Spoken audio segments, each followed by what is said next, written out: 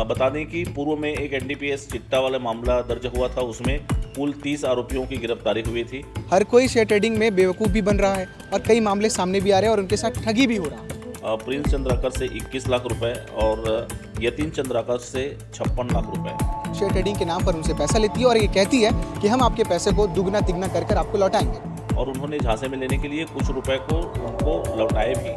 जिसमें से एक आरोपी जो है वो नागपुर का रहने वाला है और एक आरोपी जो है दुर्ग का रहने वाला है। अपना पैसा उसमें निवेश करते हैं। निवेश करने के बाद ये होता है उनके साथ कि उनके साथ लगभग दोनों प्रार्थी के साथ 77 लाख की ठगी हो जाती है।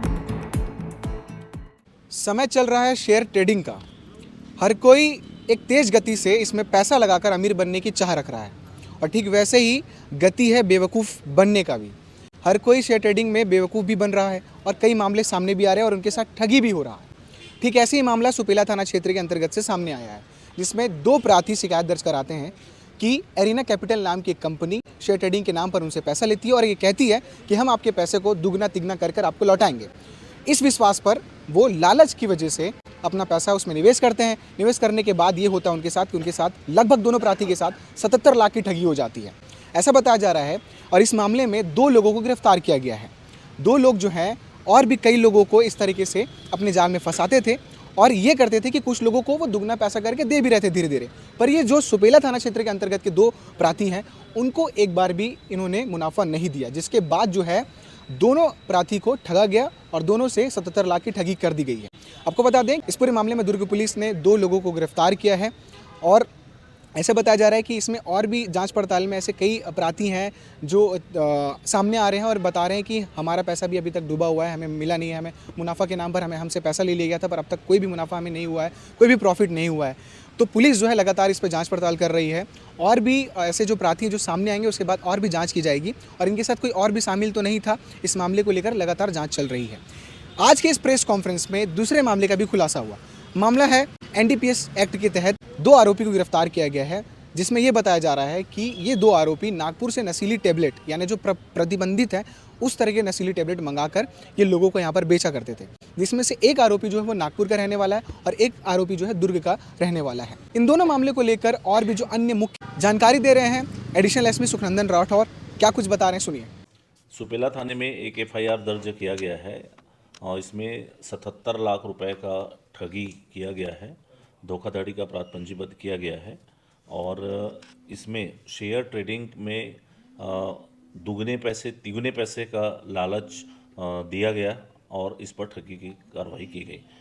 पूरा विवरण इस प्रकार है कि प्रिंस चंद्राकर धमतरी का निवासी है। इसने आकर के बताया कि एरिना कॉकटेल कार्यालय स्मृति नगर में एक संचालक है, एरिना कंपनी चलाते थे, एरिना कॉकटेल कंपनी, और इस कंपनी में ये बताया गया कि जो रुपए पैसे आप लगाएंगे उसका आपको दुगना बहुत जल्द हम करके दे देंगे, शेयर ट्रेडिंग का है।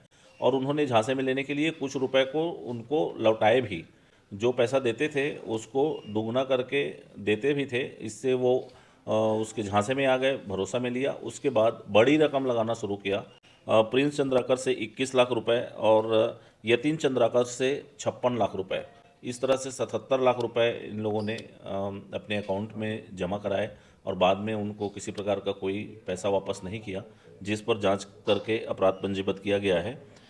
इनके 2 अभी कर्मचारी वहाँ के, Jayant Kumar data entry operator और अरुण सरकार वर्किंग स्टाफ है वहाँ कंपनी का, उसको गिरफ्तार किया गया है। इनके ऑफिस में लगे सीसीटीवी कैमरे और 19 नग सील मोहर, 8 नग कंपनी का फोटो फ्रेम, 2 नग बैनर, 4 नग सीपीयू, 5 मॉनिटर और कंप्यूटर के सामान जब्त किया गया है। 2 आरोपियों को गिरफ्तार कर रिमांड में जेल भेजा जा रहा है। अभी हमारे पास जो एफआईआर लिए हैं तो उसमें 2 प्रार्थी हैं जिनके आवेदन पर एफआईआर हुआ है।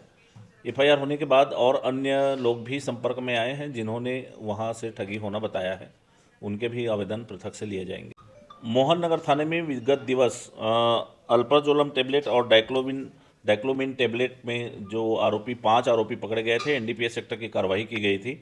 जब इनसे पूछताछ किया गया, इनका मेमोरेंडम कथन लिया गया, तो उसके आधार पर नागपुर से जहां से ये टेबलेट खरीदे थे उस के संचालक को भी गिरफ्तार किया गया है। न्यू लाइफ मेडिकल संचालक अशद नोमान, ये नागपुर के रहने वाले हैं, इतवारी नागपुर में इनको जाकर के पुलिस ने गिरफ्तार किया है और एनडीपीएस एक्ट के तहत आरोपी बना करके आज उनको जेल दाखिल किया जा रहा है। ऐसे 2 आरोपी हैं जिनको आज किया गया है, शुभम निर्मलकर सिकोला बस्ती निवासी मोहन नगर और अशद नेमान नागपुर निवासी।